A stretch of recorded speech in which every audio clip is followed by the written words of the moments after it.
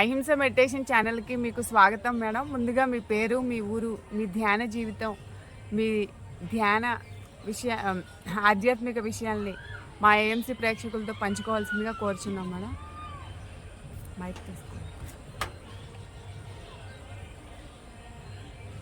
మాట్లాడండి. మీ పేరు?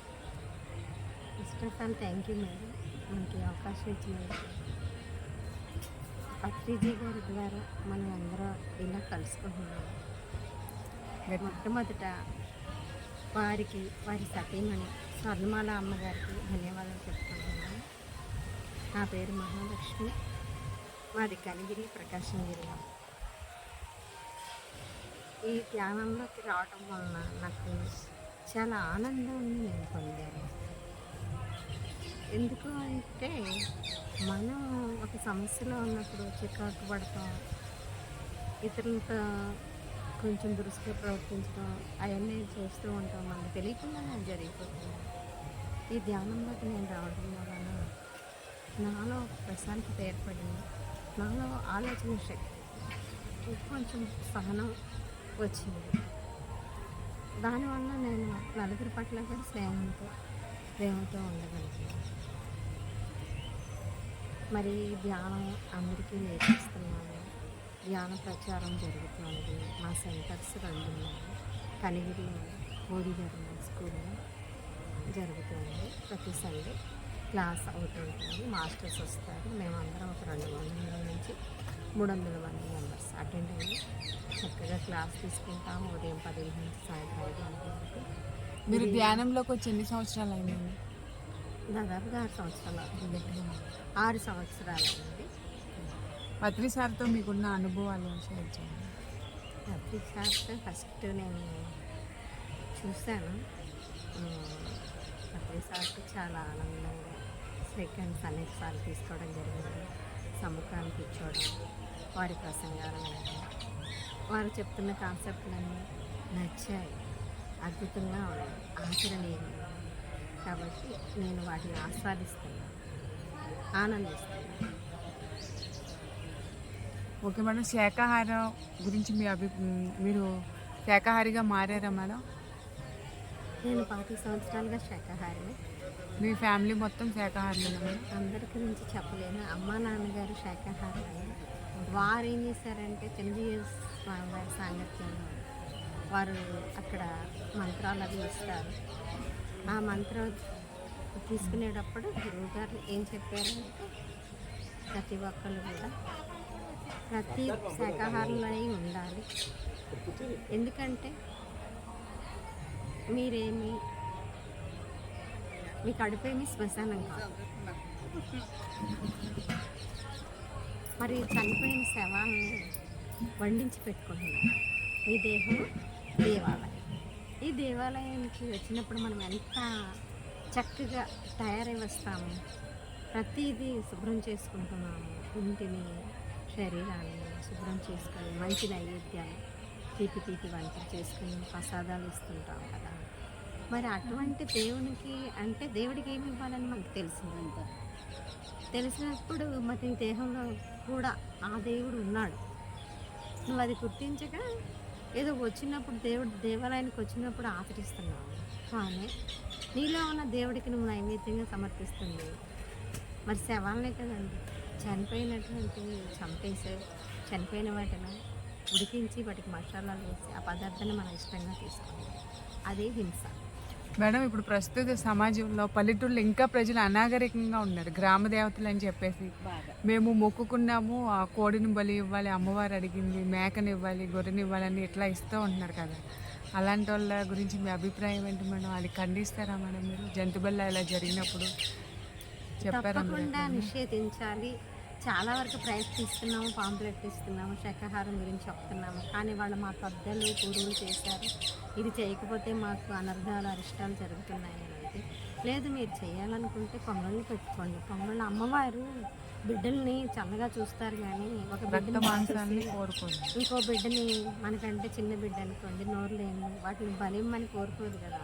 అమ్మవారు తీసేసుకుంటాయి, మీరు ఇస్తారా? అలాగా అమ్మవారు తీసేసుకుంటున్నారా? మీరు ఇచ్చిన కోడిని, మేకని మళ్ళీ మీరే తీసుకెళ్ళిపోతున్నారు. ఆ పేరు చెప్పి వండుకుని తింటారు. అమ్మవారి ప్రసాదం.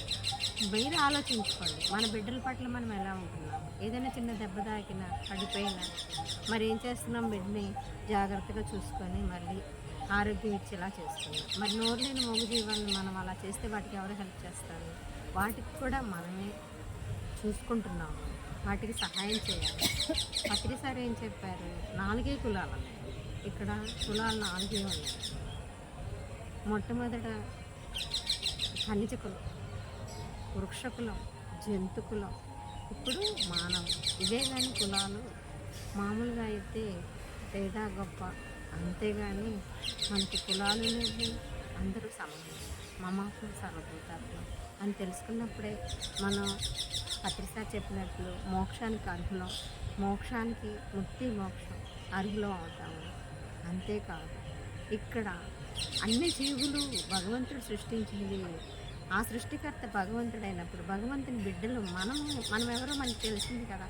ధ్యానం ద్వారా నేను తెలుసుకున్నది ఏంటంటే, నేను సృష్టికర్త బిడ్డని కాబట్టి ఆయన ఏ పని చేశాడో అది నేను చేయను.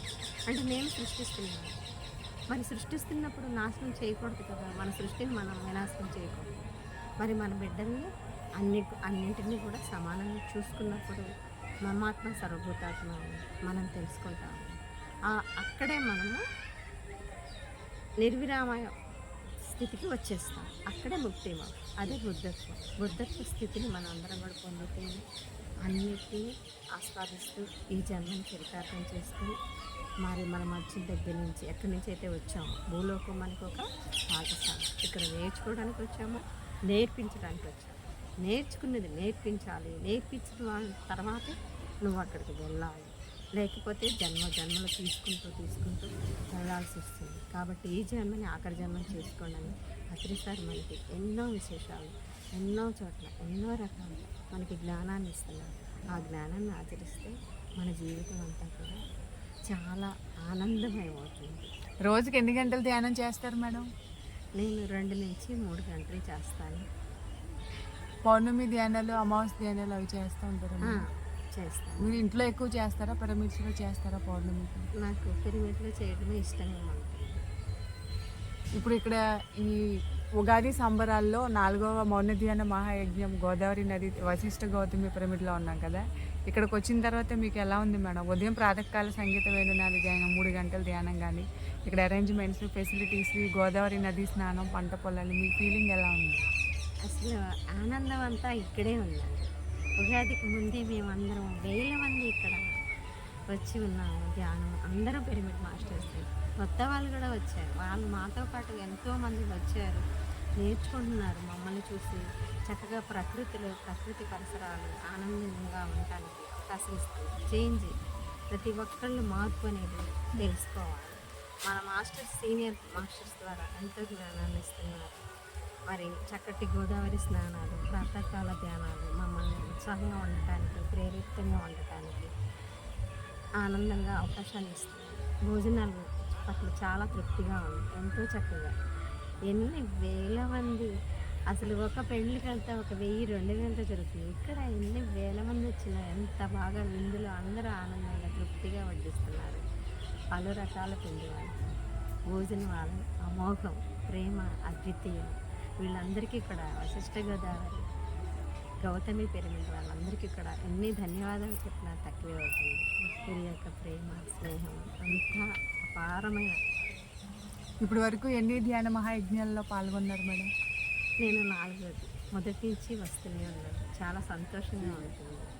అందువల్ల మీరు కొత్త వాళ్ళకి ఎవరన్నా డైలీ మీ ఫ్రెండ్స్కి కానీ ఇంకా తెలిసిన వాళ్ళకి కానీ కొత్తగా ధ్యానం కానీ ధ్యాన ప్రచారం కానీ చేస్తూ ఉంటారు మేడం? ధ్యానం నేర్పిస్తూ ఉంటారు? ధ్యానం నేర్పిస్తూ ఉంటాను. ఇంకా కలిసి మేము అందరం కూడా ఒక 10 మంది ఇక్కడికి వచ్చాము. కనిగిరి నుంచి 10 మంది కలుసుకొని అందరం ఇక్కడికి రావాలి, నేర్చుకోవాలి అనేది చూడాలి ఈ ధ్యాన మహాచక్రాలను. ప్రస్తుత సమాజంలో కొత్తగా ధ్యానంలోకి వచ్చే వాళ్ళకి, అలాగే ధ్యానం నేర్చుకున్న వాళ్ళకి మీరు ఇవ్వాలనుకున్న సందేశం ఏంటి మేడం? మీరు సమాజానికి ఒక్కరూ ధ్యానం చేయాలి. ధ్యానం చేస్తేనే జీవితం యొక్క విలువలు తెలుసుకోవాలి. అలా తెలియాలంటే ధ్యానం అనేది అవసరం. ధ్యానం అనేది మనకి మనం ఇచ్చుకునే శిక్షణ, స్వీయ శిక్షణ. మనల్ని మనం తెలుసుకుంటే అది ఆధ్యాత్మికత. పక్కవారి గురించి ఆలోచించి ప్రేమను పంచితే మనం నేర్చుకున్న జ్ఞానాన్ని ఆచరిస్తున్నాము. అలా చేయడం వలన వాళ్ళు కూడా తెలుసుకొని జీవితాన్ని ఆనందంగా చేసుకుంటారు. ఓకే మేడం, మీ అమూల్యమైన సమయాన్ని మా కోసం కేటాయించి ఎంతో చక్కటి విషయాలు జ్ఞానబోధనని అందించిన మీకు మా ఛానల్ అహింస మెడిటేషన్ ఛానల్ తరపున మీకు ధన్యవాదాలు మేడం. అలాగే మా ఏఎంసీ అహింస మెడిటేషన్ ఛానల్ని దయచేసి అందరూ కూడా లైక్ చేయండి, షేర్ చేయండి, సబ్స్క్రైబ్ చేయండి మేడం. Thank you.